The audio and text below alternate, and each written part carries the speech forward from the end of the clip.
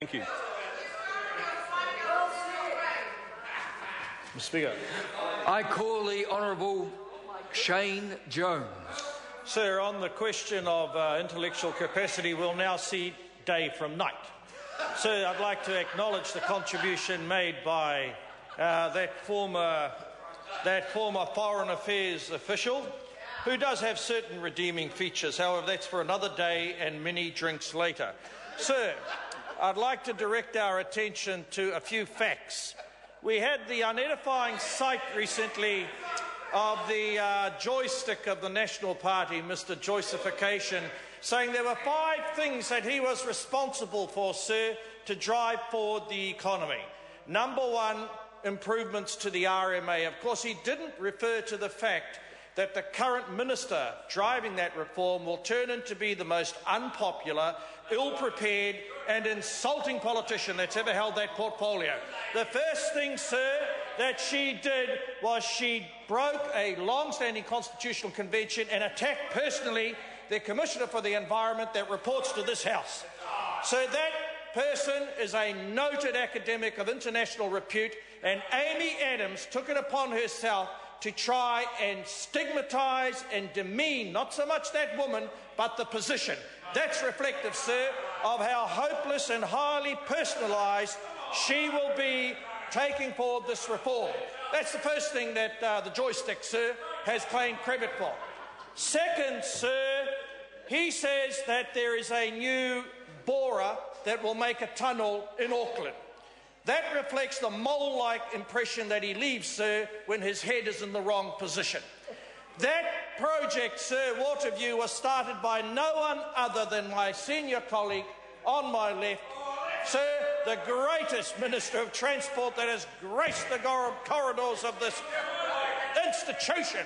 But, sir, the notion that the arrival of that great big piece of machinery, German patented apparently, made in China, that somehow that's going to change the fortunes of the New Zealand economy. That, sir, boring machine is going to drill further down so the proverbial head of this ostrich-like government goes where it belongs.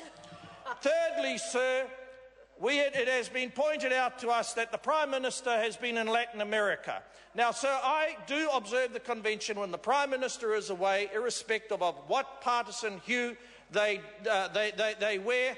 They, sir, represent the interests of the country. I'm prepared to abide by that. But, sir, when his colleague, the Prime Minister in waiting, says, oh, well, because our leader is away with the Minister of Agriculture, actually too busy to come home and talk to the long-suffering Kiwis about the drought, that somehow, sir, that trip is going to turn the fortunes of the country around on some sort of agricultural basis alone. Mr. Joyce has only left one thing out, sir, the dung beetle. I'm surprised that he has not sought to own the new sudden scientifically positive qualities of the dung beetle. There's a certain resonance between what he contributes, sir, and the capacity of that beetle to chew through refuse. So, sir, there is very little in this document that actually is going to change the fortunes of the people from Kaitaia right through to Invercargill. Now, the large economy of Auckland, we're prepared to accept, sir, that it has its own dynamic. But go to Whangarei, Turanganui-a-Kiwa, Ngā otherwise known as New Plymouth, Invercargill, people down there have been neglected, people down there have been forgotten about, because, sir, this is a party that holds those constituency seats and believes that the voters down there are like chooks.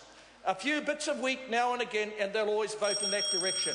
Sir, without a doubt, that is a dangerous and repulsive approach to take to regional New Zealand. Regional New Zealand, sir, and our main settlements there and our main centres need an injection not only of capital, of ideas, but most importantly, sir, they need a friendly face that is willing to not only take on board their priorities, but to change the priorities of the government so it serves the needs of those regional areas, and we govern for the entirety of Aotearoa. Not just, sir, the narrow cast of economic czars hoping to froth at the trough, sir, of these SOE sales, but, sir, the entirety. The nurses, the whānaus, the school teachers, unfortunately, they're all about to become Bay Corp. So, sir, this is a hopeless document and a very gross, sir, grossly inadequate attempt to turn the fortunes of the country around. Wait, tai-ho, help's on the way. Kia ora tātou. I call the honourable member David